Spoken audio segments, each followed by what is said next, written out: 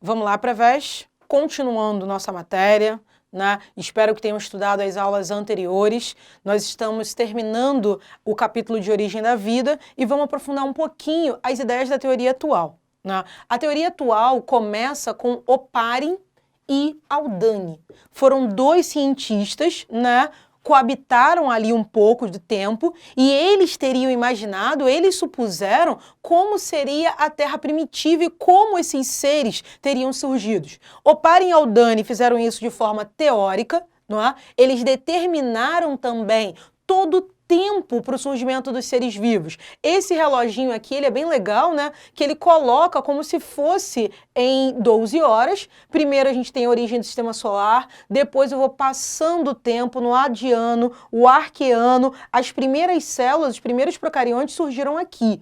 O oxigênio atmosférico surgiu aqui, como a gente vai citar ali o surgimento do oxigênio. Os eucariontes unicelulares, os seres pluricelulares, os animais, colonização do ambiente terrestre só ocorreu no Paleozoico, depois passamos para o Mesozoico, o Cenozoico, o último serzinho aqui a surgir é justamente o ser humano. Então, a partir dos estudos de Oparin e Aldani, né, a gente consegue mapear um pouco tudo o que aconteceu, dividindo isso num parâmetro 12 horas.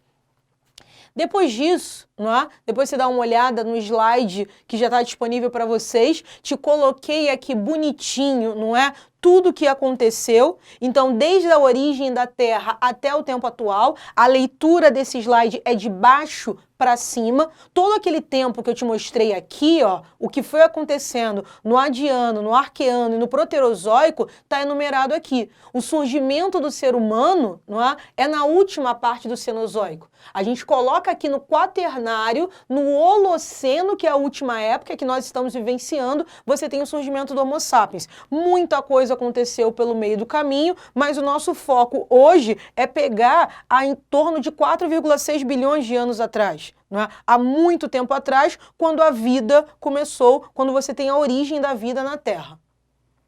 Aqui, para a gente conseguir entender como é que eu tenho a ideia, por que Oparin e Aldani começaram a supor as condições da Terra primitiva. Eu tenho os fósseis. Eles me ajudam, eles me auxiliam demais, né, a fazer todo esse mapeamento. Né? Tem os fósseis bem legais, tem na Austrália, sempre a Austrália, não é? Lá na bacia do Tubarão, na Bay Shark, tem algumas rochas e nesses sedimentos nós temos fósseis de procariontes, né? Provando que desde muito tempo você já tem a formação dos seres unicelulares. E depois disso você vem mapeando, né? A formação dos pluricelulares, os vertebrados aparecendo. Invertebrado é um pouco mais difícil, a gente ter o relato fóssil, justamente porque o que se preserva muitas das vezes são as partes duras. Preservar as partes moles é muito complicado, a não ser quando ela sofre o processo de sedimentação, como a gente consegue ver aqui na rocha fossilizada. Tá? O que eles supuseram? O que Oparin e Aldani disseram? As condições da Terra primitiva, não é, deram origem à matéria orgânica. A partir dessas condições da Terra primitiva que eu tive o desenvolvimento de todos os seres. A Terra primitiva tinha metano, amônia, hidrogênio, vapor d'água, monóxido de carbono, sulfeto de enxofre, gás carbônico, tudo isso estava por lá. Os vulcões estavam em erupção, então a temperatura da Terra era um pouco mais alta e haviam descargas elétricas, as tempestades eram muito frequentes. E quando você tem essa junção, assim que as primeiras células surgiram. Você tem aqui, ó, as moléculas orgânicas simples. O que seriam moléculas orgânicas simples? Coloquei aqui para você, aminoácidos. E eles foram se arrumando, você tem a força inicial das descargas elétricas, formaram peptídeos e os peptídeos formaram proteínas. Então você tem a formação das moléculas complexas desse jeito. E a partir dessas moléculas complexas, não é? Foi possível a formação de coacervados e a partir dos coacervados eu posso ter a origem das células. Aqui eu enumerei para vocês no slide, não é? Toda essa linha temporal. A síntese abiótica, cuidado para não confundir com a abiogênese. A biogênese é a ideia que o ser vivo pode vir da matéria inanimada. Né? Segundo a teoria de Oparin e Aldani, a teoria atual, você tem o surgimento do primeiro ser vivo da matéria inanimada, mas a partir daí você tem a reprodução de outro ser vivo. não é? Eu começo com a síntese abiótica, a partir das moléculas orgânicas simples e complexas, depois eu formo as grandes moléculas, proteínas, material genético. A partir disso, eu tenho uma organização de protobiontes. Né? Te mostrar aqui na imagem o que seriam os protobiontes. Seriam justamente essas molequinhas aqui, ó. Você tem a proteína globular, você tem já o envolvimento, ela tem uma atração da camada de água, isso é química, né? E a formação da célula inicial, da protobionte, que você tem a formação dos coacervados. Deixa eu voltar lá para a gente continuar passando. A origem dessas moléculas, né? Por que se tem essas primeiras moléculas orgânicas, como você viu ali, era proteína e água. E como eu tenho a certeza que ela pode ter originado os outros seres vivos? Elas tinham capacidade de autorreplicação e passavam as características delas de forma hereditária. Então, por isso que os experimentos de Oparin e Haldane, a teoria de Oparin e Haldane era muito importante. As descargas elétricas, a radiação solar foi a força inicial para tudo isso acontecer. Não é? Então as moléculas foram sintetizadas, foram complexadas, conseguiram se autorreplicar e você já tem ali alguma coisa produzindo célula. Miller foi quem testou a hipótese de Oparin e Haldane, isso em 1953. No experimento dele em laboratório, ele conseguiu recriar a Terra primitiva.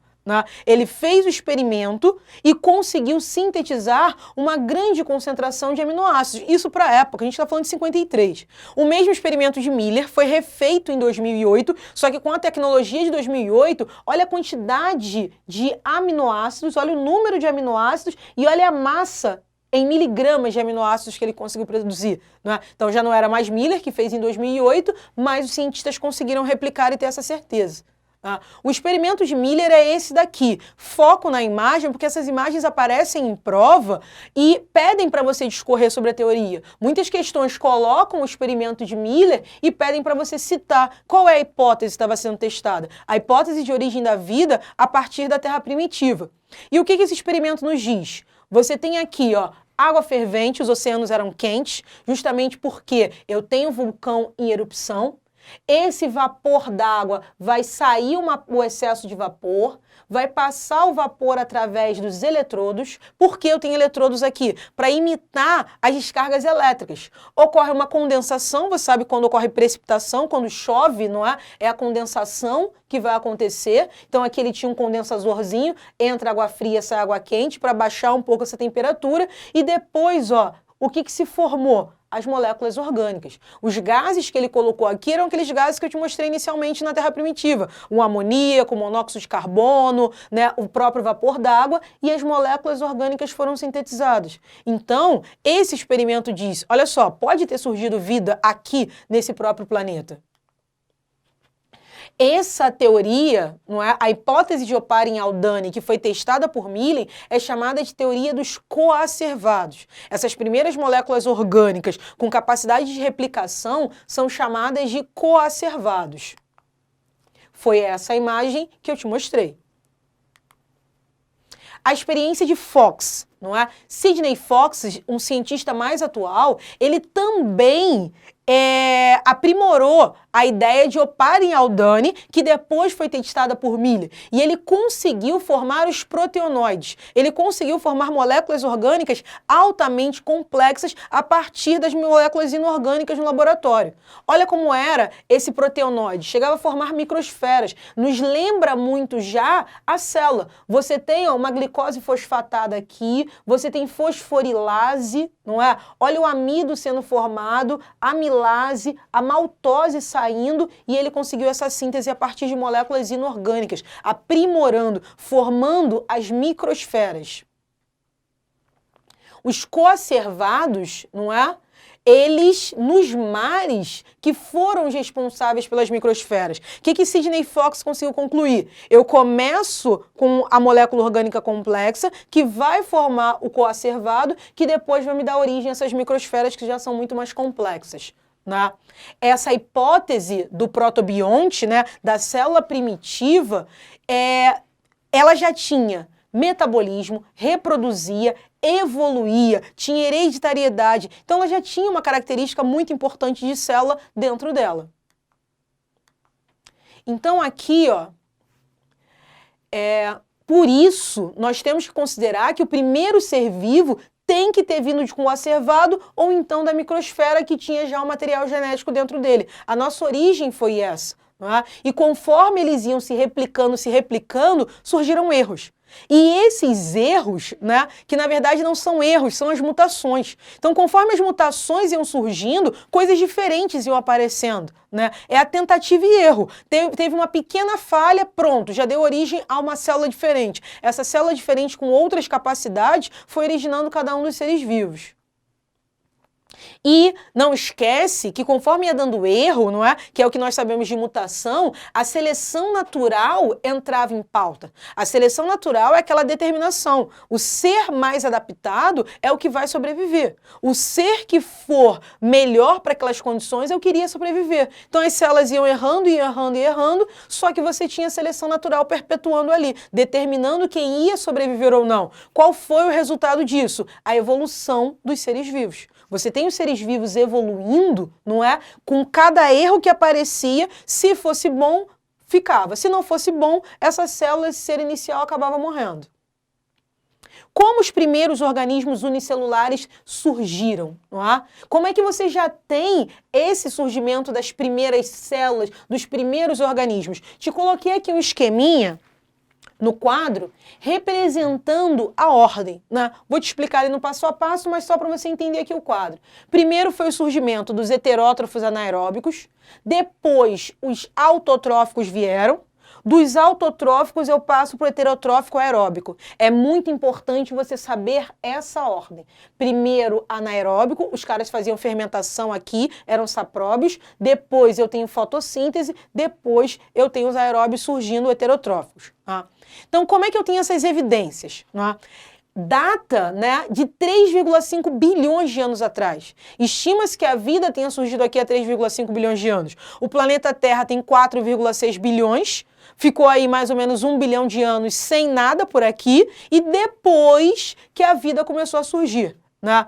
Os estromatólitos, o que são estromatólitos? São rochas que têm esses seres, né, fossilizados. Os estromatólitos são rochas que têm muitos estratos e nesse sedimento eu consigo encontrar muitos procariotos em baías marinhas bem rasinhas. Onde é que eu encontro isso? É claro, na Austrália tem muito. Então tem muito estromatólito na Austrália que tem esses procariotos fossilizados. Olha aqui, ó. Aquela mesma imagem que eu te mostrei anteriormente, na própria baía do Shark, na baía do Tubarão, você tem muitos. Essa origem dos procariotos, ó, eu tô aqui, há mais ou menos 3,5, 3,4 bilhões de anos atrás. E como surgiu? A primeira hipótese é a hipótese heterotrófica. Os seres que surgiram, eles conseguiam se nutrir, né, por fermentação. Eles pegavam as moléculas orgânicas que estavam no ambiente, quebravam isso pelo processo de fermentação e obtinham um pouco da energia. Então foi assim a parte nutritiva do primeiro ser vivo. Não tinha oxigênio. Se você pegar os gases da Terra primitiva, não é, e visualizar, o oxigênio livre como a gente encontra hoje, ele não estava ali. Tem uma questãozinha que coloca até sobre isso, mais uma questão de prova de UERJ, ó. Considera a hipótese de que o ambiente marinho primitivo, sem oxigênio molecular, onde viveram os primeiros organismos, contivessem moléculas orgânicas produzidas por síntese abiótica. Admita ainda que essas moléculas eram por eles decompostas para a obtenção de energia. O tipo de nutrição e a forma de obtenção de energia desses organismos deveriam ser, respectivamente, como eu te disse, os primeiros organismos eram heterotróficos e quebravam essas moléculas orgânicas para produzir energia por fermentação. Gabarito dessa questãozinha da UERJ, letra D. Te coloquei mais uma aqui, ó, só para dar aquela fixada realmente no assunto. A tabela abaixo resume alguns processos celulares de oxirredução, realizados pelos organismos para atender às suas necessidades energéticas. A evolução desses processos está relacionada à evolução das condições ambientais da Terra. Assim, dos processos celulares acima, aquele que surgiu primeiro. Quem é que surgiu primeiro? Eu quebrei a molécula orgânica sem oxigênio. não é? Estava quebrando molécula orgânica sem oxigênio e como produto eu tinha gás carbônico e alguma das outras moléculas. Aqui ele coloca, ó, o processo 1, ele está quebrando ácido graxo. Ácido graxo você já sabe que é formador de lipídios, é molécula orgânica, né? Só que quem está reagindo com esse ácido graxo é o oxigênio. Ele quer saber o primeiro processo que surgiu, não é? Então, não tinha oxigênio para ser aceptor, não tinha oxigênio para reagir. A 1 você sabe que não. Eu tenho aqui a glicose, que é a molécula orgânica energética, o aceptor é o ácido pirúvico e eu tenho a produção de ácido lático. Talvez, vamos ver. A água, fonte de energia. A água não vai ser fonte de energia para ser heterotrófico. Você sabe que os primeiros seres que surgiram eram os heterotróficos. Então, a água não é fonte de energia. E eu tenho aqui a glicose reagindo com oxigênio mais uma vez. Viu como a questão é simples? Não é? Quando tem oxigênio como aceptor, você já descarta na Terra primitiva. Aqui ele coloca para você água como fonte de energia. A água não era fonte de energia. Te falei que eles pegavam as moléculas orgânicas que estavam ali. Então, a gente tem como gabarito essa questão, ó, glicose, o ácido pirúvico, o ácido lático. Tá? Gabarito, letra B, é o número 2. Depois, nós temos a hipótese autotrófica. Não é? Por mutações, lembra que mutações são erros, os seres autotróficos com capacidade de fotossíntese surgiram. Então você tem aí o ser fotossintético, ele vinha e conseguia, eles não precisavam mais pegar as moléculas orgânicas. Eu pego os sais minerais, eu pego água, gás carbônico, faço ali um mexido de tudo isso e consigo produzir, eu consigo sintetizar a glicose. A seleção natural fez com que esses seres vivos ficassem cada vez mais numerosos. Pensa comigo, eles não tinham que competir mais por alimento. Se eles não têm que competir com um alimento pelo outro, eles vão obter vantagem. Então você tem um boom muito grande da produção de oxigênio e você tem um boom também dos seres autotróficos. Um pequeno adendo, e isso aparece muito no gráfico, você vai ver que os seres que produzem oxigênio surgem, os autotróficos. E já tem muito oxigênio livre na atmosfera? Não. Aconteceu um sequestro de oxigênio pela concentração de ferro que tinha no planeta. Ocorreu ali, enferrujou tudo que estava por aqui, né? Não é ferro, assim, o ferro, metal. Você tem ali a matéria, você tem a rocha que tinha o extrato de ferro e elas sequestraram esse oxigênio. Depois que você tem o esgotamento do ferro, aí sim o oxigênio fica livre e você vai ter um boom dos indivíduos heterotróficos aeróbicos. Visualizando aqui, ó. O oxigênio atmosférico, ó, lembra? Aqui em 3,5 bilhões de anos, eu surgi com os procariotos, não é? O oxigênio atmosférico, ele vai surgir aqui. Então, você tem os autotróficos surgindo aqui e, como eu te disse, a concentração alta, não é, reagiu com todo o ferro que estava dissolvido e depois que eu tive a liberação dele na atmosfera. Então, ó, acumulei muito óxido de ferro no sedimento, não é? Essa rocha avermelhada, isso em geografia, você consegue desvendar melhor em geografia física, não é? Você tem informações de ferro e camadas vermelhas na rocha por causa dessa reação da Terra primitiva com o oxigênio, não é? E depois o oxigênio começou a ir para a atmosfera. A mudança, não é, da concentração, quando você tem ali, ó, esse boom, eu tô há 2,7 bilhões de anos atrás. Não é? As cianobactérias, que são as fotossintetizantes, elas vieram há 2,7 bilhões de anos atrás, liberando alta concentração de oxigênio. Olha o gráfico que eu te falei. Eu tenho aqui, ó, a revolução do oxigênio. Aqui eu já tenho o surgimento do oxigênio. Olha a concentração de oxigênio, olha como ela se manteve baixa por muito tempo. Depois você tem aqui, ó, aqui acabei. Parei de reagir esse oxigênio com ferro. Vou subindo a revolução do oxigênio e você tem uma estabilidade. Depois eu aumento um pouquinho e vou oscilando nessa concentração, não é? Então, em escala logarítmica, fazendo um link aí com a matemática, por isso que os gráficos são importantes, você tem esse log aqui de concentração do oxigênio. A mudança no planeta foi revolucionária. Se eu tenho oxigênio, agora eu consigo fazer um processo para obtenção de energia que rende muito mais. Você já sabe que no processo de fermentação, o meu saldo energético é de 2 ATPs. Quando eu começo a quebrar glicose com oxigênio, eu vou produzir 38 ATPs. Eu tenho energia agora de sobra para conseguir tudo que eu quero. Então, quando ele tem energia sobrando, ele vai reproduzir mais, ele vai conseguir se alimentar melhor. Então, você tem ali um ganho muito grande com a revolução do oxigênio. Essa questãozinha aqui vem citando justamente isso. Observe o gráfico abaixo, que apresenta uma relação hipotética entre algumas das principais etapas da evolução dos organismos. O esgotamento do íon ferroso e as mudanças nas percentagens de oxigênio na atmosfera.